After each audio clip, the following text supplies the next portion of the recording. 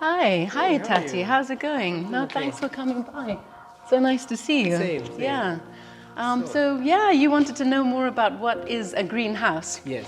So we built this house 4 years ago as a full spec greenhouse. And I think one of the most important features of the house is that it's built with red brick. And it's a local red brick sourced from Kalalushi clay bricks. The bricks are fired with sawdust, not coal or charcoal. Okay. Yeah, and so the bricks are a fully certified sustainable brick. Bricks also have really good thermal properties, so they keep the house cooler in summer and warmer in winter. Also, globally, cement generates 5% of carbon dioxide emissions. So in this house, because it hasn't been built with concrete blocks, and we also haven't plastered the house, we're reducing the amount of cement that we're using, so just keeping a very low carbon footprint. I can just show you the bathroom as well. We've done a few little quirky things, like you can see the light fittings. They're made with recycled bottle tops. That's so nice. They're made by my go-to guy in Chipata compound who makes them. And actually, when we flush the toilet over here, the water goes into a sewage treatment plant and it's purified, and we then use that purified water for our garden irrigation. Oh, is that so? Yeah. Oh, In okay. fact, all the water, even from the taps as well, it all feeds into that sewage treatment plant. So the grey water from the taps and also the black water from the toilet gets purified. Oh, okay. Yeah. In terms of the lights as well, all the light fittings are LED lights. They're all 4-watt lights. They're connected to our solar system. So we have a 12 kVA solar system connected to our house. There's 18 solar panels and 12 batteries. And we've separated our streams. So we've got some loads connected to solar. All our essential loads are on solar, and our non-essential loads are connected to Zesco. So in terms of what I consider to be essential loads and the low loads, those are all the lights, the ceiling fans as well are all connected to all connected to solar. So the ceiling fans there, it's a 65-watt ceiling fan. The television as well is connected to solar.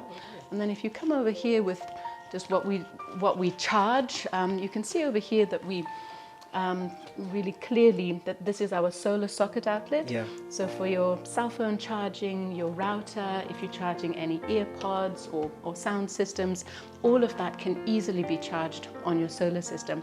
I'm literally always turning appliances over and checking the wattage, and I know that this is this mix over here. This is 250 watts. So I generally do, if we've got Zesco power, I'll use it on Zesco. But if we don't have Zesco, I will actually use this on our solar system, because I know it is 250 watts, and I know that our solar system can cope with that load.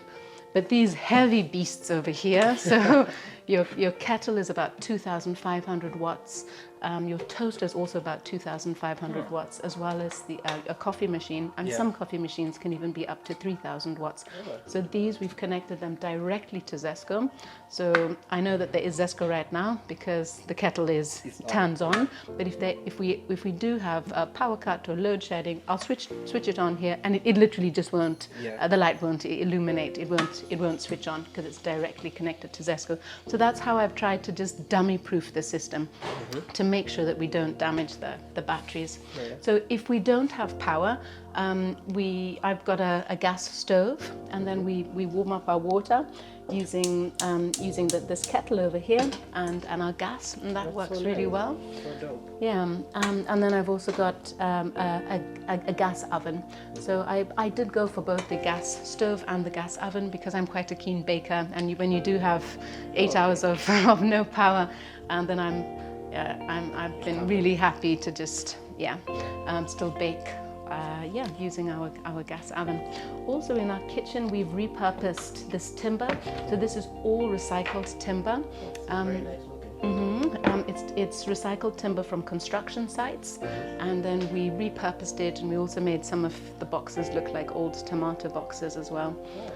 So just lots of recycling and upcycling. Also, we have used quite a lot of timber in the house. So the whole roof structure a lot of the roof structure is made out of Malina wood. And then we calculated the number of trees that had been cut down to build this house. We calculated that about 100 trees had been cut down, and then we replanted 500 trees when we finished building construction. So building with timber is sustainable as long as you're replanting trees. Yeah, and literally all the furniture that you see around the house is all locally made. Yeah. It's also lovely, lovely mukwa wood. This we also made with our team in our service yard. This was repurposed boat furniture sourced from Umpulungu, which we used to finish off these cabinets. Yeah, and maybe I can take you outside and we can have a look at the garden. Yeah, well actually over here we've got I saw some wood from Umpulungu. My mum has a lodge up there, and you can see these are the old ribs from the boat. We inversed them, and then we used this upcycled boat wood furniture to make some tables. Yeah. Then you can see over here in the garden we've sort of sectioned off our garden, and the front section of the garden over here we do irrigate, because this is the section where we make bonfires, the children play football on this section. Often I sit down and read some stories with them. But then over there in this section of the garden, it's our nature garden.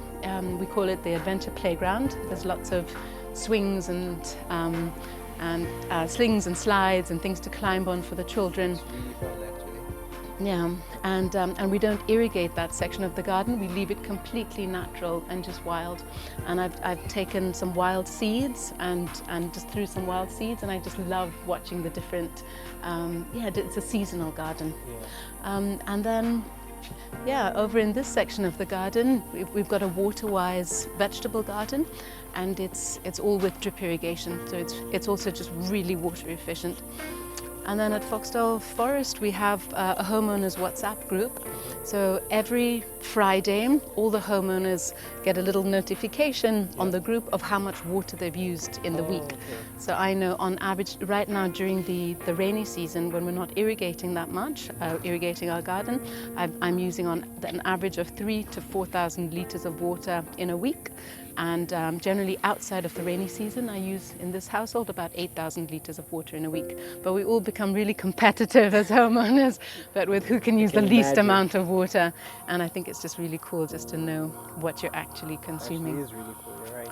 Yeah, we also don't have any walls within Foxdale Forest. So you can see around the perimeter, we just have a hedge. Yeah. But the hedge provides you with enough privacy within your household, and it's just really beautiful to look onto. Yeah. And I think it just physically breaks down barriers and boundaries. And I mean, we know our neighbours. My kids feel free to sort of run over to our neighbour's house who have children and play with them. And I think it's just wonderful to live in a community. Yeah. So our house here, it's 425 square meters, but the ground floor footprint, including the garage, is 300 square meters. So we've built on 10% of our plot. Our plot is 3,000 square meters. When I include my little outdoor kitchen over there, it takes us up to 11% of our plot. And within Foxdale Forest, you can build on up to 15% of your plot. So we still have space on our plot to build a little cottage, which we've been thinking about, but I think it's a really nice ratio where you've got your house, there's still enough space for outside recreation, if you have a little vegetable garden, but still keeping that feel of living in a forest. Yeah. And we are in a primary indigenous forest, and we protect the trees. Yeah. I'll show you where we keep our batteries and also our rainwater harvesting system. Actually, yeah, in fact, you can see it up from there. You can see our solar panels. We've got 12 batteries connected to these 18 solar panels. That's the 12 kVA solar system I was telling you about. And you can see the gutter over there. So it's a 30 centimeter wide gutter, pretty wide, because you know our Zambian rainfall. I mean, an hour you can just you can get that huge volume of rain which hits your roof. And so when it rains, we collect the rainwater from the roof into our gutter. And then maybe if you just look ahead of you, you can see two down pipes. They're 110 millimeter down pipes. And the water then feeds into those two down pipes and into our rainwater harvesting tank. Yeah, so for this house, we have an 80,000 litre rainwater harvesting system. Yeah, you know, you don't really see it because it's under our garage. So, but it's 7 meters long. Exactly, yeah. And you can see it sort of snakes along here because it's feeding straight into this rainwater harvesting tank. So we've got so that's the second downpipe over there. And we're literally standing on top of 80,000 litres of water. So? Like yeah. right under here. Yeah. Okay. I'm just going to see how strong I am right now. If I can open up this manhole for you. But there we go. But you can literally see. Yeah, you I can see it. I mean, you can hear that water right there. I mean, it's How many litres completely. did you say it is? So that's 80,000 litres of water. Okay. Yeah. So it's completely full right now. It's right at the end of our rainy season, and yeah.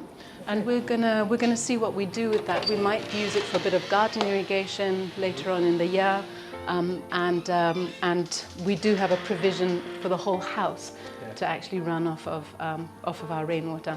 So we're going to see how we use that. But otherwise, over here, this is where we keep our batteries for our solar system. I think it works really well just by having a designated room where you have your incoming Zesco power, you've got your incoming solar power as well, and it's just really nice, neat and tidy.